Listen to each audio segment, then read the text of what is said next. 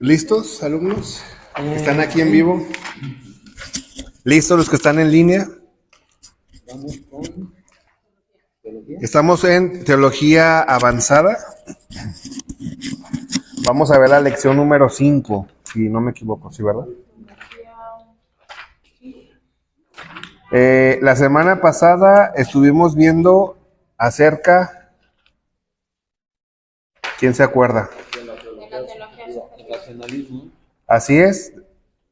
Hablamos de la teología subjetiva y una de las raíces fue el racionalismo, ¿verdad? Vimos por ahí algunos autores. De hecho, esa presentación no se las envié y se las voy a enviar porque, bueno, yo hice la presentación de los autores. Estuvimos hablando de, a ver, ¿de qué autores se acuerdan? De Renato Descartes. Descartes. De Immanuel Kant. Immanuel Kant. Hablaste de sus temas favoritos filosóficos, ya sabes. Ok.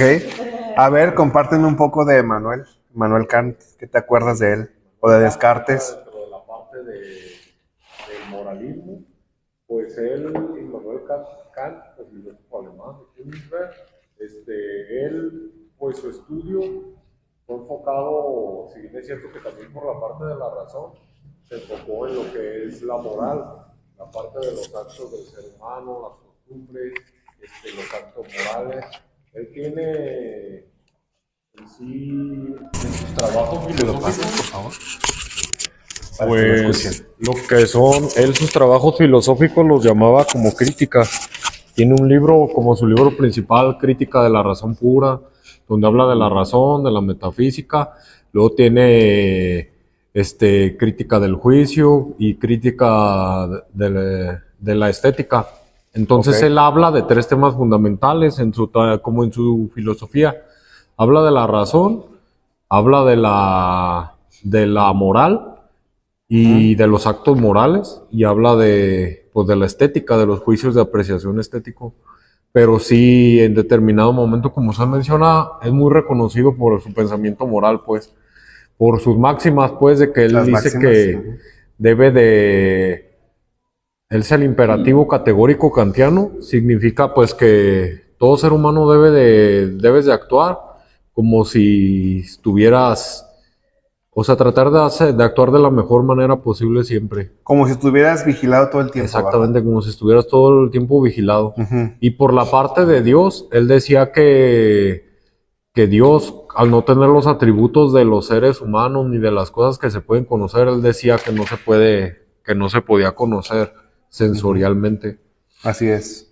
Y Muy pues bien. ya de Renato Descartes, pues es el padre de la modernidad, el plano cartesiano también, Uh-huh. Tiene meditaciones cartesianas. Él pues habla sobre todo como de la razón, y es ahí donde se da esa apertura, como usted mencionaba en la clase pasada, de que gira, lo que hace Descartes es poner al hombre como en el centro de de todo el estudio y de toda la investigación. Y él habla pues de la razón, y él utiliza la duda metódica. Él dice que debemos dudar de todo, Uh-huh. que todo es cuestionable, y que utiliza la duda como forma de conocimiento y que no debes dar nada por ello. Muy bien. Bueno. Quedó, yo creo que muy bien el resumen, ¿verdad? Acerca de los autores que vimos la semana pasada. Después de... El micrófono va a estar ahí al centro, para que nuestros compañeros que están en línea puedan escuchar su participación, ¿sí? Próximamente estamos viendo la posibilidad de ponerlos a interactuar con ustedes, a ver qué programa vamos a utilizar para que podamos hacer un poco más interactiva la clase, que los que están en línea puedan también participar, ¿verdad? También sería interesante. Bueno, después de que vimos acerca de estos movimientos, vimos también el sentimentalismo, que va más enfocado a lo que siente la persona. Y también vimos acerca del moralismo, ¿no? Empezaron todas estas ideas sobre qué es lo bueno, qué es lo malo, qué dicta la sociedad que es bueno, quién lo dijo, por qué lo dijo, para qué lo dijo. Pero como conclusión, lo que vimos la semana pasada es que al final de esta parte de la teología, vimos que todos los autores o todo el entorno social creían en lo que tenían como base, que es la Biblia, y ellos como que empezaron a meter filosofías, a pensar cosas, y a final de cuentas, lo que hicieron es que también ellos impusieron sus ideas, y a final de cuentas dejaron lo que la Biblia decía por lo que ellos decían. Entonces vimos como conclusión que al final lo que pasó fue que dejaron las peras por las manzanas, ¿no? O dejaron una cosa por otra. Sí, porque también hasta cierto punto los autores que acaba de mencionar Leo son autores que hasta cierto punto también eran muy cerrados y muy herméticos, ¿no? A decir, esto es lo que creemos y esto es lo que tiene que... Claro. Y hasta cierto punto era muy similar al contexto bíblico. Entonces, el día de hoy vamos a ver otra parte de la teología, ¿sí? Estamos en la lección número 5 de su manual de teología avanzada. Después de todas estas fuentes o raíces, seguimos todavía con la teología subjetiva.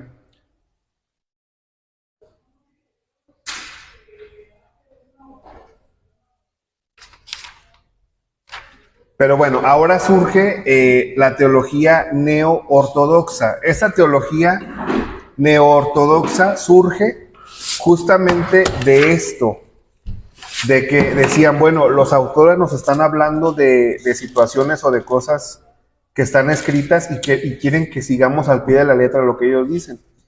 Pero estamos dejando de lado lo que dice la palabra o lo que dice la fe. Vamos a regresar al principio, vamos a regresarnos al origen. Y voy a empezar a dar lectura a su manual. Dice, bajo esta denominación encontramos a ciertos números de autores que representan una amplia gama de posturas individuales. En términos generales, la neoortodoxia pretendió superar las varias formas de liberalismo teológico al negar correctamente lo inadecuado de querer alcanzar a Dios partiendo del hombre. Es lo que les mencionaba ahorita, o sea, quisieron como regresar al origen, al principio, ¿verdad? De lo que ellos tenían. Dice, consecuentes con este criterio, los seguidores de la teología de este signo, entre cuyos nombres más famosos descuelan Karl Barth y Emil Brunner, son reacios, a conceder ninguna validez autoritativa a nada que sea accesible al hombre, bien sea una figura histórica o un libro. Dios se revela, afirman, en lo que denominan la crisis por la que se produce un encuentro personal de carácter trascendental, sin ir más lejos en el análisis de esta postura. El lector hallará una más amplia información sobre la misma en Teología Parte, lección 38 de su manual, que lo vamos a ver más adelante. Dice, es un hecho que tiene en muy alta estima la iniciativa divina y la soberanía de Dios, cosas olvidadas por el liberalismo teológico, pero dado que no ofrece, ninguna norma externa, objetiva, de origen divino, por medio de la cual poder juzgar las supuestas experiencias de la crisis, y dado también que dichas experiencias no constituyen ni entregan ningún depósito de conocimiento válido. La neoortodoxia se convierte, sin pretenderlo quizás, en un apartado más dentro de la corriente subjetiva. No podía ser de otra manera, ya que esta teología es tributaria de la filosofía existencialista, a la que ha pedido las herramientas para su labor de reflexión.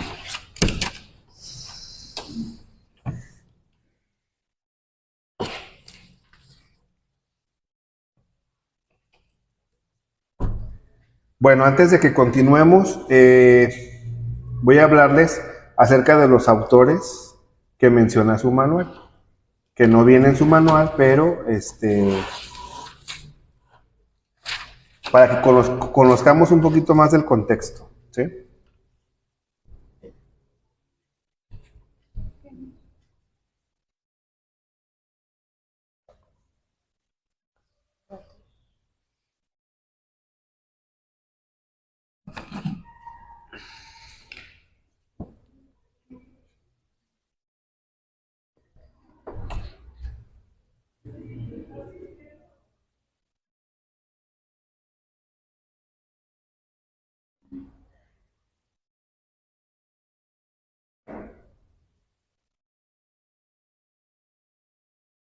Ahí va, entonces abrí el documento. Entonces, bueno, solamente para comentar, esta teología, bueno, surge de esto, ¿no? De que ellos hasta cierto punto empiezan a ver, pues que lo que les están dictando son hasta cierto punto, pues normas, y ellos quieren nuevamente volver al origen. Me gustaría que subrayaran los autores que marca su manual al principio, para que los tengan en...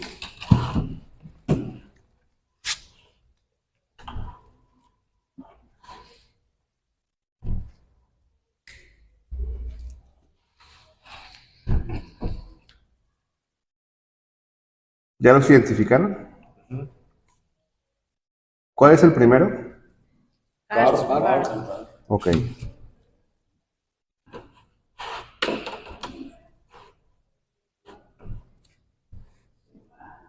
Este documento que les voy a compartir ahorita, se los voy a enviar por WhatsApp para que lo tengan. Acuérdense que es importante que tengamos el contexto de, pues de los autores, ¿verdad?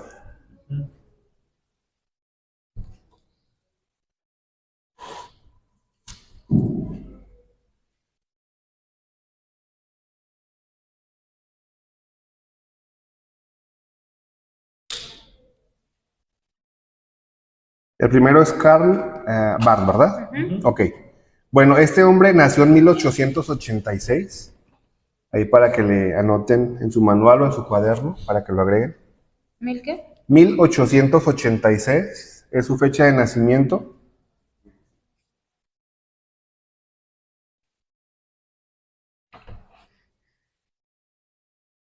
Y este hombre murió en 1968.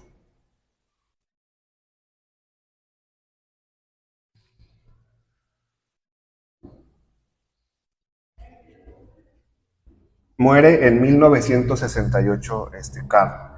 Este hombre, para que podamos entender un poquito de su contexto o por qué estaba interesado en todo esto, este hombre basaba su vida en la forma cristocéntrica, ¿sí?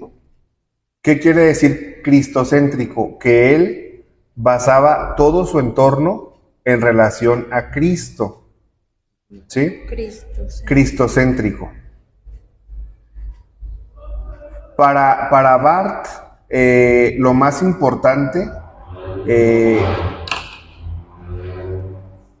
él es uno de los autores que interpreta que lo más importante de los acontecimientos bíblicos no fue ni la creación, no fue ni cómo Dios ayudó al pueblo de Israel, ni cómo Dios eligió, no. Para este hombre, el acto o el suceso más importante de toda la Biblia es que Jesús vino a la tierra, muere y resucita a través del poder de Dios.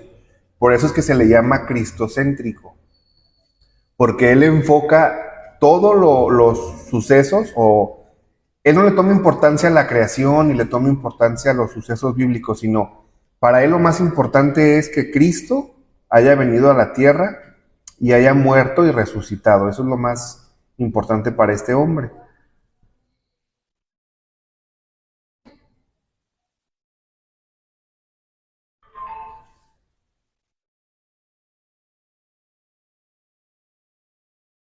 Para este hombre también es importante que la doctrina más importante de la que debe hablar todo creyente de la fe, vamos a ponerla así, porque hasta ese momento no existían tantas religiones ni sectas como lo hay hoy en día. Pero para ese entonces y para este hombre, lo más importante es que el hombre creyera en Jesucristo como verbo de Dios vivo y anunciado a los hombres. Este era el lema de Barth, perdón.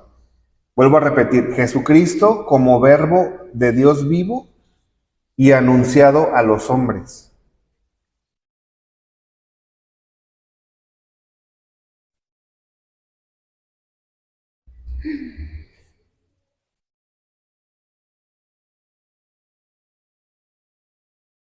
Este autor también menciona que el hombre aparece en la tierra como criatura que Dios ha querido que fuera su compañero.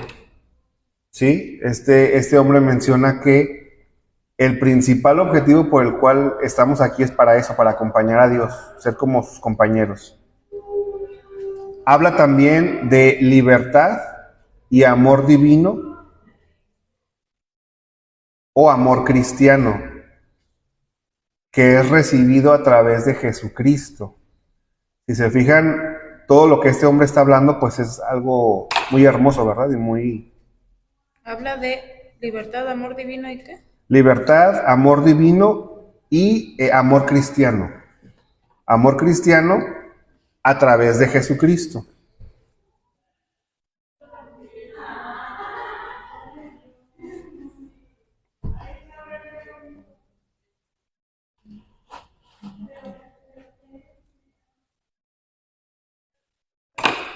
Y este hombre menciona que la palabra de Dios, es decir, la Biblia, es revelación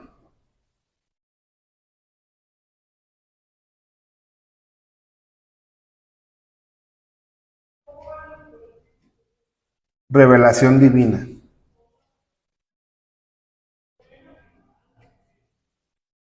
Todo esto que les estoy mencionando lleva a este autor a escribir un libro que es su obra más importante en su vida, llamada Dogmática Eclesiástica.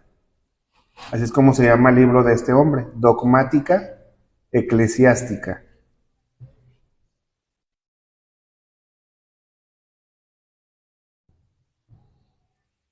Es un libro de 500 páginas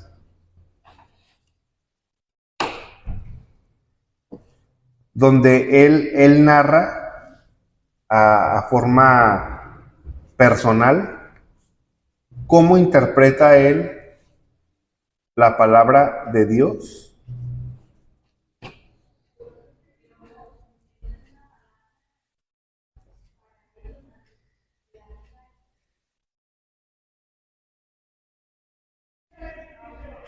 y cómo impacta Jesús al mundo.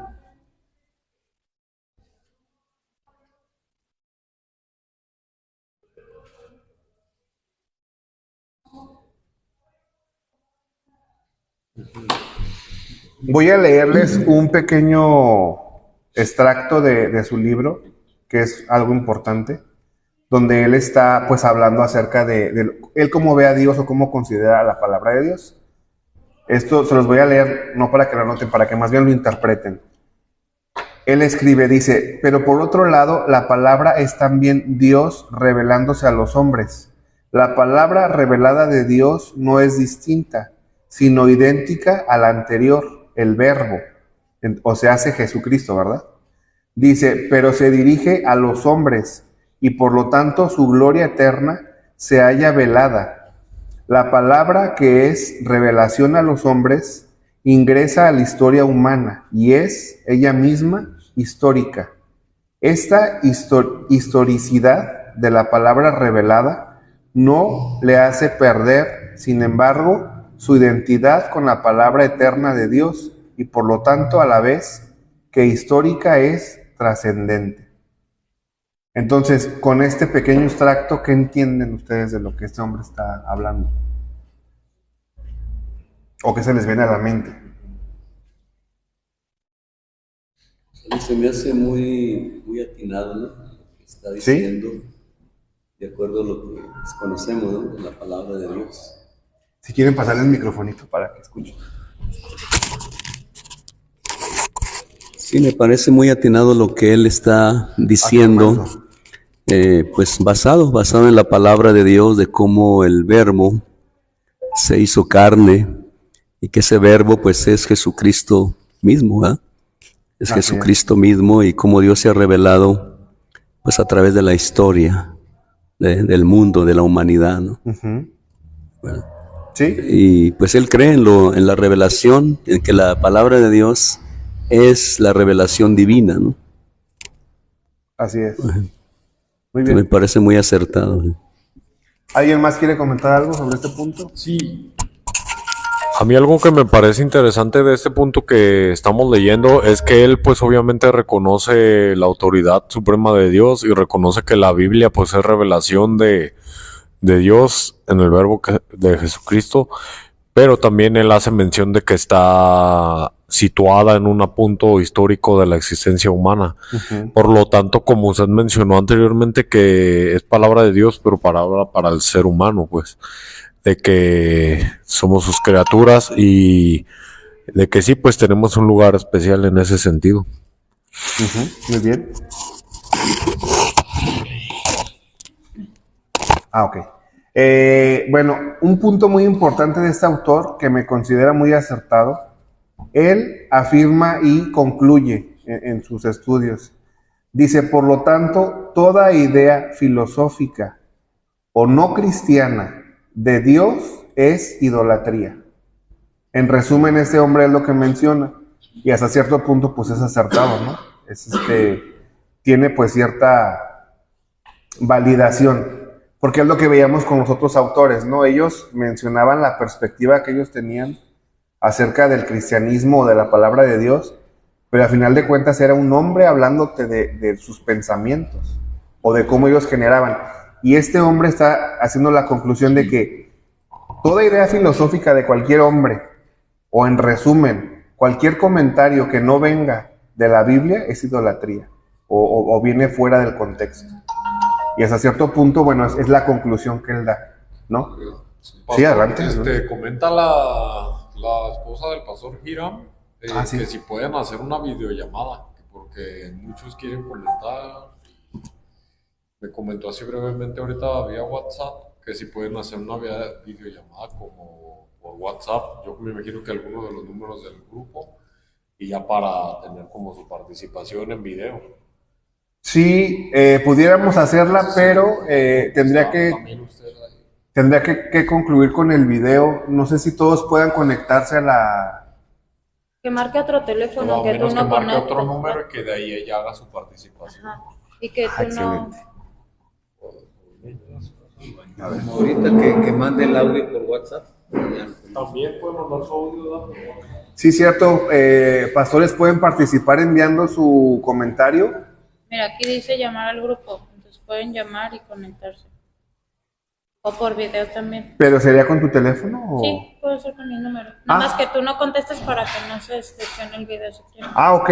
Entonces, si me apoyas con el video, vamos a hacer una videollamada al grupo. Que se conecten los que están fuera, pues. Los que quieran participar, quieran entrar a esta clase en forma de video, pueden comunicarse al grupo. Llamar. Creo que si quieren, déjenme ver si se pueden conectar todos. Ok. Hola, espere, voy.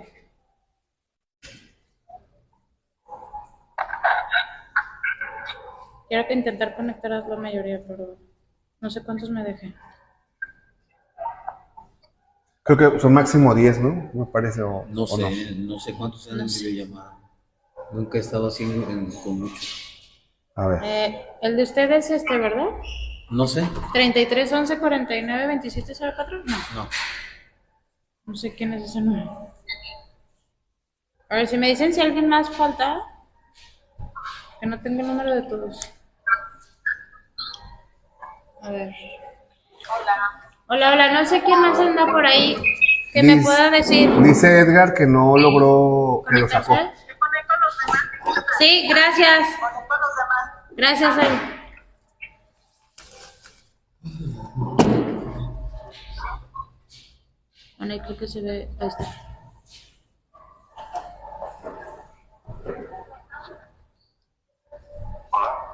Hola, hola. Hola. Sí lo vemos. Listo. Dios le bendiga, buenas noches. ¿Qué tal, pastores? Buenas noches. Bendiciones. Buenas noches. ¿Quieren comentar algo acerca de lo que estamos hablando? La pastora Claudia quería comentar de los autores. Ok. Pastora Claudia, no te vemos.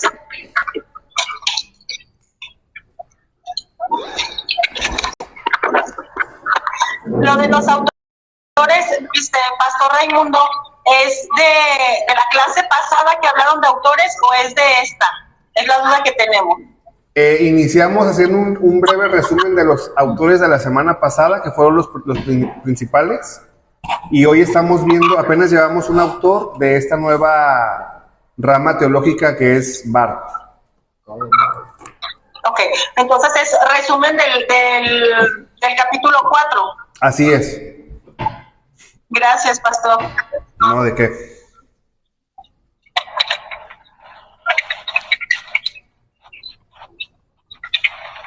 Si alguien más quiere participar, los que están en línea, o continuamos. ¿Podemos dejar abierta esta sesión? Sí, claro. Y pasamos, nos podemos conectar a la clase y cuando haya una participación conectarnos a esta videollamada, ¿está bien, no? Pero ¿cómo se Podemos llama? estar así toda la llamada. Eso es lo que les iba a decir, porque pueden seguir tomando la clase y nosotros podemos escuchar y lo estamos viendo y si tenemos Así en la llamada. pues, chance En la de misma hablar, pues, llamada, levantamos ajá. la mano o algo. Si dejemos abierta la llamada, ¿no? Ajá. Nada más si quieren Sí, bloqueen, se puede, sí. bloqueen un poco sus audios para que no se distorsione Se con la interfiere. información de que estén generando en Facebook. Hay que cerrar los micrófonos. Ajá, Y por ya de favor. participar los abrimos. Ok, gracias. Bueno, Están diferentes. sí. Sí. Lo hemos logrado. Ya estoy buscando una herramienta para poder, En Meet creo que sí se puede sí, conectarse. estoy checando. Nada más que sí. Necesitamos red, nada más ver una red que pueda, no sé si tengan red aquí. No, sí, ya tenemos internet, súper. nada más que sí estoy checando eso. Meet, yo Sí, desde ¿verdad? trabajo y es muy rápido. Sí, Meet o Zoom. Zoom nada más que te corta mucho el tiempo y Meet no. Meet Sí, te ¿verdad? puedes estar hasta 3 horas conectado. ok. O Zoom. Es que Zoom te da corto tiempo y regresas a la llamada. Te corta las 40 minutos. Sí, Y Meet no. Meet sí te deja de corrido. bueno, vamos a checar Gracias, eso. chicos. Vamos a ver entonces el siguiente autor. El siguiente autor a mí en lo particular me llama mucho la atención porque, bueno, voy a hablarles un poquito de él. Es Emil Brunner. Sí está ahí en su manual, ¿verdad? Sí. Emil Brunner nace el 23 de diciembre de 1889. 23 de diciembre de 1889. 1889. 1889.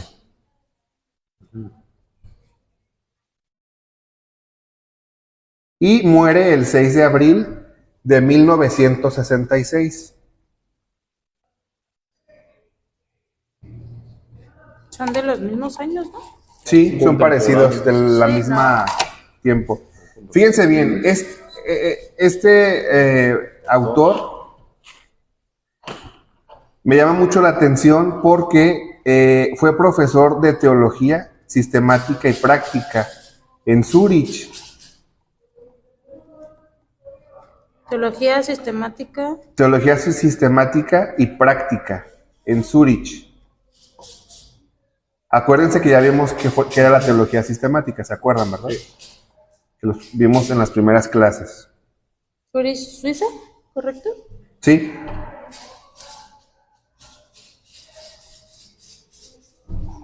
Dio clases en 3 años en la Universidad Internacional Cristiana de Tokio.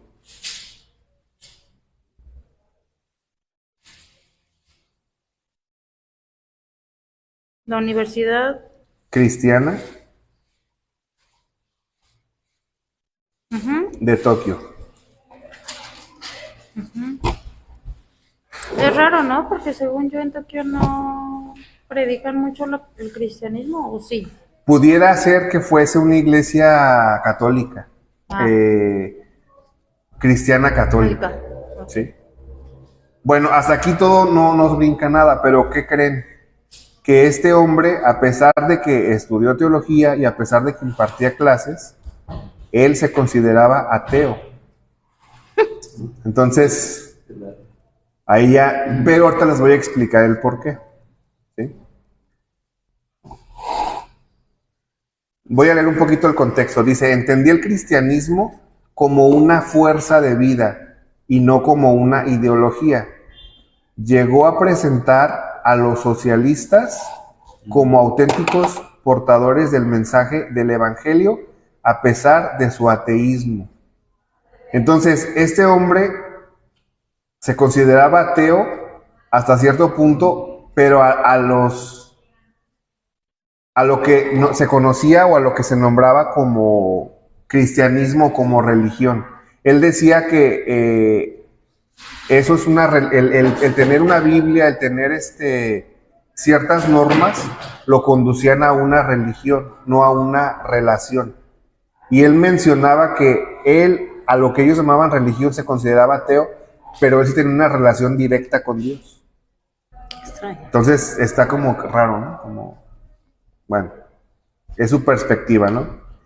Dice, la perspectiva de Brunner es básicamente idéntica a la de Barth, pero su controversia gira en torno a la posibilidad de una teología natural.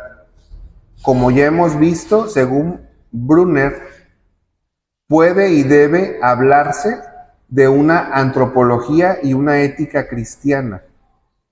El adjetivo cristiano sugiere el modo en que la fe corrige el conocimiento racional y el modo como la fe ha aprendido de la revelación.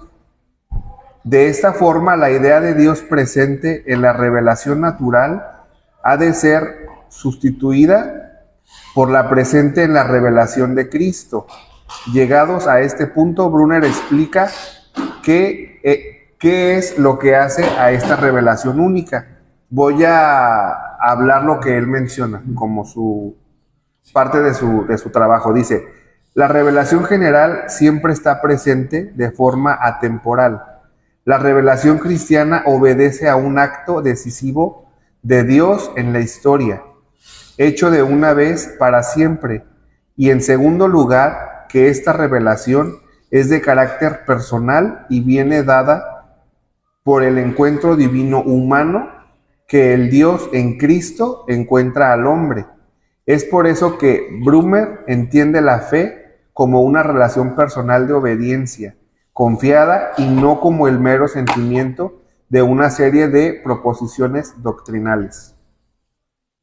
Entonces, creo que también es acertado su pensamiento, ¿no? Porque realmente sabemos que, bueno, el cristianismo, más que un título o más que encerrarlo en paréntesis, el cristianismo realmente es una relación personal con Dios. Así es.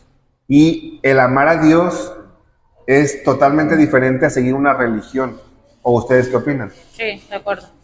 ¿Sí? Yo sí estoy de acuerdo. ¿Quieren aportar algo a este pensamiento? ¿O todo bien? ¿Quién se anima? ¿Quiere aportar algo? Bueno, es que a lo que comentas de que básicamente su manera de pensar es muy similar a la de Karl Barth. Ajá. Me imagino que se refiere precisamente a que la revelación es Jesucristo, o sea, la palabra es Jesucristo. Uh-huh. Y si entendemos que Jesús no vino a fundar una religión, sino a mostrarnos cómo tener una relación con Dios, ajá, entonces pues está aceptado, ¿no? Porque básicamente eso es. Entendemos que ser cristiano no es cuestión de religiones, uh-huh, sí, es cuestión de revelación y de relación con Dios. Así es. Entonces, básicamente creo yo que hasta donde se ve aquí, pues sí, o sea, podría estar hasta cierto punto de acuerdo con el pensamiento de este señor Brunner. Uh-huh. No sé, necesitarías ver un poco más a qué se refiere con teología natural, porque ahí es donde necesitaría yo poder conocer un poco más, ¿no? A lo que se leyó ahorita, hasta allí sí, o sea, vamos, digo, yo creo que lo entiendo y concuerdo con esto, ¿no? Cuando él habla de teología natural, está hablando que la teología sistemática o la teología que ellos ya conocían o tenían como conocimiento, a final de cuentas es un papel y es un camino que ellos han estructurado. Para este autor, al hablar de teología natural quiere decir que Dios no puede ser construido por una ideología, sino que Dios ya existía, como lo dice Juan 1:1, ¿no? Que la palabra existía y la palabra siempre ha existido. Era Dios y el verbo. Así es. Así es. Entonces, otro punto importante de este autor, sí, para que descanses. Otro punto importante es que él opina que el reino de Dios no tiene nada que ver con nuestra vida, sino que corresponde al último capítulo de la teología, que habla de lo que sucede después de nuestra vida y de lo que no se necesita saber durante ella. Y voy a narrar con sus propias palabras lo que él dice. Dice, no pretende traernos una esperanza consoladora para los moribundos. Lo que anuncia es un gran futuro para los vivos. Amén. Brevemente, el reino de Dios debe venir a este mundo. No es una puerta de escape hacia un mundo mejor a través de la muerte, sino una total reforma de nuestra vida terrena. No creemos que por ello venga el paraíso a la tierra, pues todo esto no sería sino caridad samaritana para atenuar los peores dolores. Pero si Cristo no consideró denigrante para su dignidad curar a los enfermos, sus discípulos no deben ser demasiado espirituales para cumplir esta obligación de hermanos. Entonces, este hombre menciona esto, ¿no? Que el paraíso, pues, es como esa esperanza que va a llegar hacia nosotros, ¿verdad? No algo que se va a transformar de aquí. Porque ese autor menciona, pues, que todo lo que tenemos aquí hasta cierto punto ya ha sido corrompido y es necesario una renovación externa. Externa para algo de nosotros, ¿no? Interna. Dice, por esta razón, Brunner cree que el cristianismo ha hecho y puede seguir haciendo contribuciones creadoras y constructivas en civilizaciones, en el sentido de personalizar su estructura. Su interés básico es dirigir el mensaje a las cuestiones actuales y no al pasado. Brunner exige una teología que no se quede estancada en la pura retórica y es lo suficientemente realista como para advertir que el reino de Dios no puede edificarse con la buena voluntad de los cristianos. Brunner se había decidido a contar el evangelio en su contexto, en el círculo de las preguntas de sus oyentes, o a callarse. Y se cuestiona, ¿cómo podré predicar con crédito el evangelio si no puedo presentarlo como fuerza de vida, como la fuerza capaz de revolucionar las circunstancias? Esto es lo que él escribe en su libro o en su obra. Según Brunner, la cuestión de la autoridad no se resuelve con apelaciones a la palabra de Dios o a la jerarquía. ¿Tiene autoridad el que dice algo capaz de ayudar o el que es capaz de perseguir un diálogo interrumpido o estancado, pero no el que literalmente o mediante una apelación a la teología golpea la mesa con el puño? La auténtica fe debe expresarse siempre en el contacto con el oponente, en la pregunta y en la respuesta. ¿Qué opinan de este hombre? Definitivamente el reino de los cielos no es, bueno, yo así lo entiendo también, no es algo que vamos a tener, o sea, lo leímos hace un momento con la pastora, o sea, el reino de los cielos se ha acercado, el reino de los cielos ya estuvo, es Jesucristo. Así es. Entonces, si entendemos eso como a lo que yo alcancé a captar, como una consecuencia o algo que tenemos que esperar a morirnos para vivirlo, pues estamos mal, o sea, porque es para aquí. Así O sea, es. la relación se tiene que vivir Desde aquí. desde aquí. Lo último, o digamos ya el final, es allá, pero no es todo, o sea, es una parte de todo lo que es Sí, claro. lo que en mi concepto es el paquete de salvación, o sea. Aparte por eso se habla de un Dios vivo, ¿no? Así Porque es. obviamente tenemos que vivirlo desde aquí. Desde O sea, al aquí. final de cuentas, si estamos viendo a un Dios que lo vamos a esperar que moramos para que me verlo, muera para disfrutarlo, pues imagínense. realmente pues no va por ahí. Hoy compartí esa parte y yo le decía, algo pasó en una plática con un taxista que veníamos desde Puntos Sur para el centro de la ciudad y tuve la posibilidad de darle un poco de palabra y él decía, me alejé del área cristiana o de creer en una parte de la religión cristiana por ciertas circunstancias familiares. Y él decía, yo no te vengo a hablar de religiones, yo te vengo a hablar de Dios. Y entiendo una cosa, o sea, yo nunca comparto nada de la religión. Dios quiere que escuches esto que te estoy diciendo y al final tú sabrás lo que quiere obrar en ti. Y eso lo entendió, me dice, tienes razón. Dice, yo creo que a veces me han dado palabra y me han querido meter a la religión y yo no quiero entrar a la religión, quiero tener una relación con Dios. Y fue como que un mensaje que en ese momento Dios por algo lo puso al final. Claro. Pero es muy cierto lo que de alguna manera, pues sí, ellos mencionaban en sus escritos o sus libros, porque es real al final, ¿no?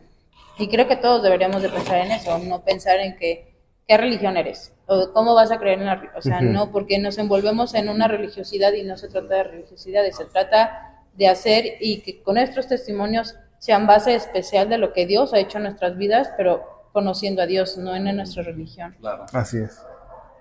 Eso creo yo. Los que están en línea, ¿quieren comentar algo? Nada más, ¿sí me escucha? Sí, sí.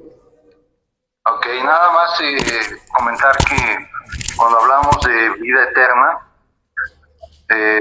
es una vida permanente, o sea, no quiere decir una vida futura en el cielo. La vida eterna comienza en el momento en que nacemos de nuevo y es permanente. Entonces, Así es. efectivamente a veces caemos en la situación de evangelio, de una situación de administración o de compartir el evangelio, pero como si fuera un hecho aislado de la vida que va a permanecer, va a ser una vida continua. Por ejemplo, hablando de ministerios mayores, dicen que los evangelistas traen una unción especial a las iglesias locales, pero cuando se van los evangelistas se llevan la unción y la iglesia queda igual. Entonces eso no puede ser, ¿no? O sea, el concepto del cristianismo es una vida en plenitud. Dice que es la plenitud de todo, ¿no? De nosotros. Entonces sí comparto esa idea de presentar un evangelismo o un evangelio, pero que trae un fulgor, que trae un brillo, que trae un resplandor en nuestras vidas. Desde el momento en que creemos, por supuesto, hay que hacer una serie de cosas para lograrlo también. Así es. Muy bien, sí, acertado su comentario. ¿Alguien más quiere compartir algo?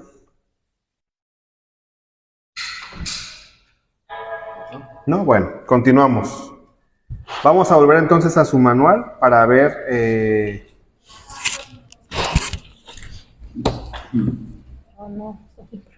la siguiente subrama de la teología.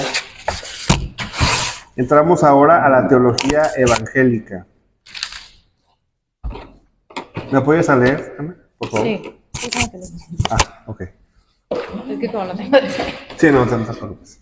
La teología evangélica, llamada también reformada, por recoger los grandes principios de la reforma del siglo XVI, que fue, en el fondo, es volver a los orígenes. Es una teología contrapuesta totalmente a los varios movimientos descritos en las elecciones previas. La característica fundamental de la teología reformada o evangélica es su voluntad de prestar gozosa obediencia a la autoridad soberana de Dios, tal como está expresada en su revelación, registrada hoy en los libros canónicos de la escritura hebreocristiana. Esta escritura es la fuente, la norma y la regla infalible de la fe para la teología evangélica. En ella encuentra la revelación objetiva de Dios, centrada en la obra redentora de Jesucristo. La primera tarea de la teología evangélica es escuchar la voz de Dios por el Espíritu y por medio de la palabra escrita llevada hasta nosotros. Luego se trata de emplear todos los recursos de la personalidad regenerada, la mente iluminada, las emociones reorientadas y las conciencias limpias de las obras. Hebreos 9:14. Con el fin de representar esta obra divinamente garantizada, por haber sido divinamente revelada de manera sistemática. En esta tarea no olvidará las lecciones valiosas de la experiencia, tanto histórica como personal, ni descuidará tampoco las herramientas del intelecto, las emociones y los impulsos básicos de la naturaleza humana. Pero por encima de todo esto y sirviendo en la norma suprema, se halla la luz de Dios. El teólogo evangélico no puede tampoco olvidar que después de colocar el fundamento en Efesios 2:20, construyendo a los apóstoles, el Señor construyó a otros profetas, a otros evangelistas y a otros pastores y maestros a fin de perfeccionar a los santos para la obra del ministerio, para la edificación del cuerpo de Cristo. Efesios 4:11-12. Así también el deber de estudiar cuando aprendemos en la Escritura, con sus particulares percepciones, las generaciones de santos, eruditos y mártires que le preceden. Es aquí donde descubrimos el inmenso valor de la tradición eclesial, no como autoridad yuxtapuesta a las Escrituras y haciendo sombra, sino como una explicitación de la misma Escritura.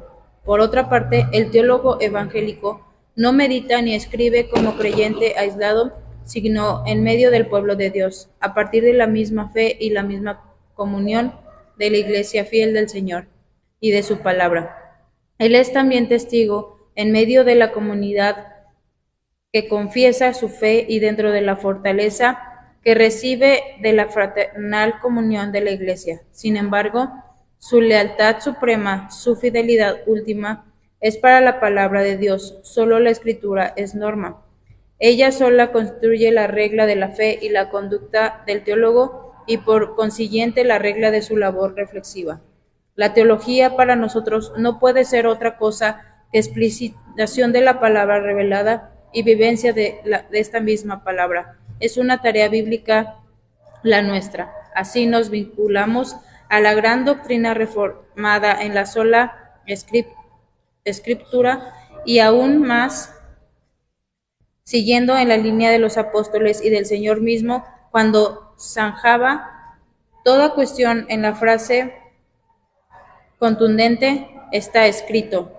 Esta palabra para él y es suficiente para nosotros. Es así, porque cada escrito de A. H. Strong sostenemos que es posible conocer a Dios solamente en la medida en la que Él se revela y en la medida también en la que nuestras mentes y nuestros corazones son receptivos a esta relación. Revelación, perdón. Muy bien, entonces todos estos formas de teología o ramas de la teología llegan a esta que es la teología cristiana, que está enfocada a la teología bíblica, que ya estuvimos viendo en un principio, donde nosotros como teólogos evangélicos, por así decirlo, tenemos como base la Biblia, y ya no filosofías, ya no teorías, ya no pensamientos de autores, creencias, ideologías, o como vimos con la teología católico romana, ¿no? Que meten cosas de afuera, externas, del entorno. Un teólogo evangélico, o en este caso nosotros que estamos estudiando teología bíblica, el 100% de lo que hablamos o lo que estudiamos debe y es enfocado en la Biblia, ¿verdad? Así es. Creyéndolo como la palabra de Dios y creyendo que es una palabra viva, una palabra que no tiene cambios, que no se moderniza como se cree con la iglesia tradicional, ¿verdad? Que podemos modificar palabras, conductas, mandamientos, no. Entonces, al final se concluye en esto, en la teología evangélica, que es la que hoy tenemos nosotros y es con la que pues nos rige a nosotros. Es muy interesante ver cómo la teología dio todo un caminito, ¿verdad? Así es. Recorrió todas las partes, áreas y pensamientos de muchos autores y al final me gusta mucho este final que le pone su manual, ¿no? Que al final la teología se puede centrar en una teología bíblica. Y es ahí pues donde estamos nosotros ahorita estudiando, ¿verdad? Pero vuelvo a repetir, es importante conocer toda la trayectoria porque como teólogos tienen que saber todas las historias, todos los autores y pues es interesante, ¿no? Saber todo esto. No sé si quieran aportar algo extra o todo bien. Todo bien. Ok. Entonces, hasta aquí vamos a dejar la clase de hoy en cuanto a teología. La siguiente semana vamos a ver, su tarea obviamente, pues ya saben que es el cuestionario, son 4 preguntas cortitas. Sí, la primera es, ¿de qué sistema filosófico es tributaria la teología neoortodoxa? ¿Cuál es la característica fundamental de la teología evangélica? ¿Qué valor tiene la tradición eclesial para la reflexión teológica? ¿Y debe la teología aislarse de las preocupaciones del pueblo de Dios y encerrarse en su torre de marfil? Esa es pregunta ya como personal. Y bueno, la siguiente lección vamos a ver ya las posibilidades y limitaciones de la teología. Ya vimos que la teología estuvo recorriendo todos los pensamientos y todas las áreas. La siguiente semana vamos a ver hasta dónde puede llegar, porque ya vimos que con la teología evangélica tenemos como base o como límite la palabra de Dios. Entonces vamos a ver hasta dónde podemos alcanzar y qué ya no podemos ver más allá de, aunque querramos, ¿verdad?